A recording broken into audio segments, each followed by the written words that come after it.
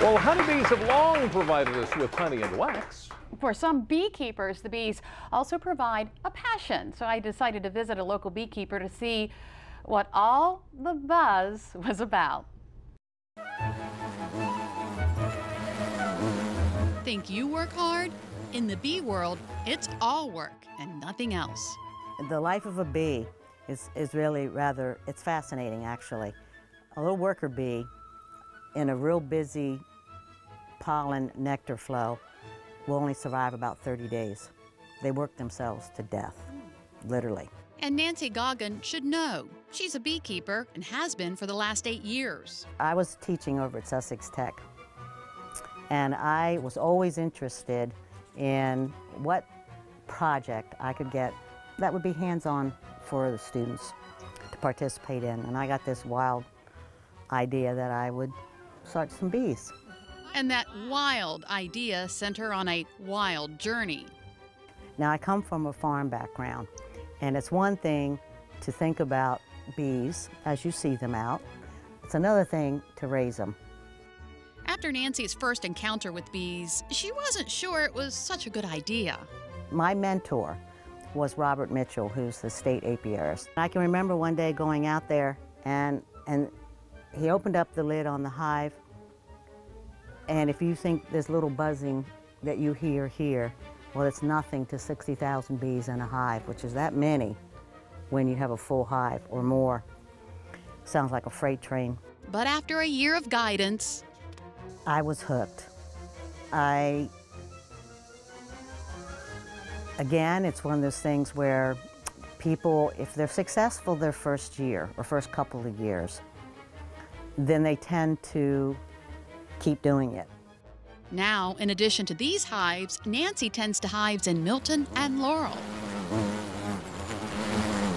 She says the dynamics of bee life is what fascinates her the most.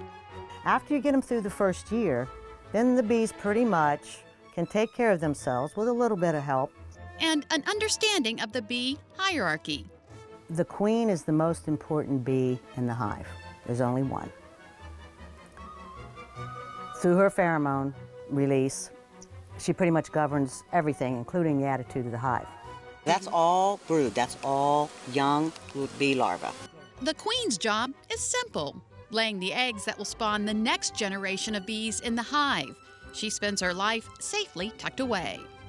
She may have gone down below. In fact, we couldn't find her in this hive. See this odd-looking bee? The big one? Yes. Yes, is that the queen? No, that is the drone. Oh. The male figure in the beehive is the drone. Drones have no purpose other than to mate with the queen. In preparation, they basically eat the pollen and nectar collected by the female workers. That's why they're so big. All these bees, other bees that you see on here, are worker bees. That takes us back to the female worker bees. They act as nurses, feeding the brood. Nurse bees, they're all taking care of these cells, making sure everything stays clean and everything stays good during the time that the larvae are developing. The worker bees also accept pollen and nectar from adult foragers and guard the hive. When they get older, they become the foragers, heading out of the hive to collect nectar and pollen. This is the kind of hive that you want. As a beekeeper, Nancy helps that process, especially this time of year. In the dead of summer, right in the middle of summer, when things have been really hot, plants are not necessarily blooming, the natural plants, and they're not producing nectar. So she feeds the bees sugar water. These feeders were full about 2 hours ago. You can see how they're all more than half empty.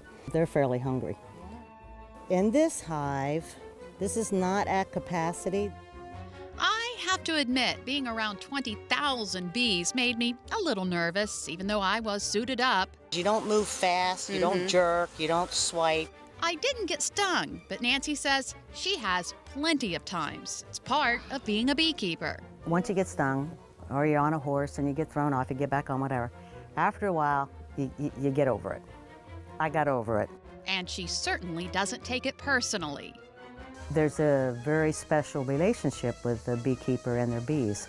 To watch the activity, to be a part of that activity, to be a part of a social insect where every single bee exists for the support of the whole, not for the individual, but for the whole. Just a very special feeling.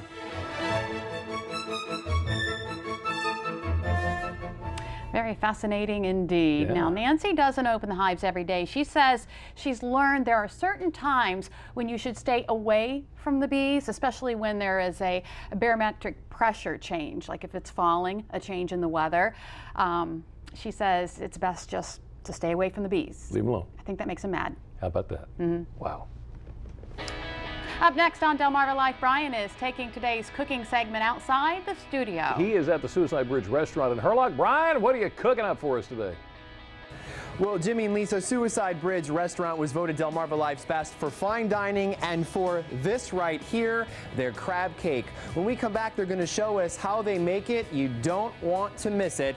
But first, here's a look at what's coming up on the news on First at 5 on Fox 21 and later on WBOC News at 6.